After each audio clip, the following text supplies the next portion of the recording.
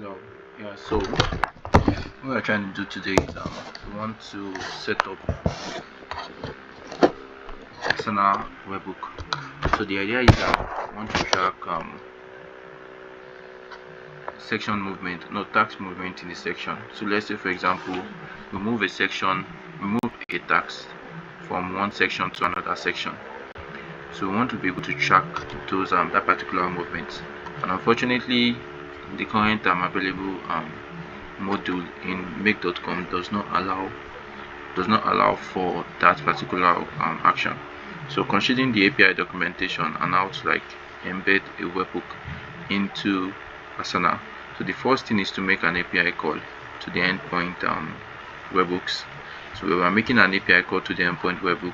We're going to configure our resource, which is the ID of the particular project you are working on, the targeted webhook, which is where you want your information to come into.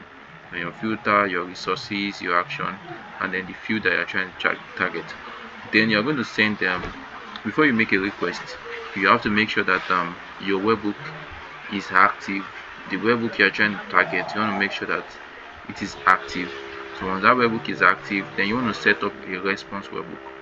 Now this response webhook is going to allow you to communicate back the hook secret back to Asana immediately. Immediately Asana sends the first message. So when Asana sends the first message, don't forget to make sure that whenever you are configuring your webhook, make sure that the get response header, the get request header is active. Save that, make sure it is active, then you save. Then once it is active, then it's going to come back with the custom header. And in the custom header, we have a list of the header comes back as an array. So once it comes back as an array, we have a list of collections.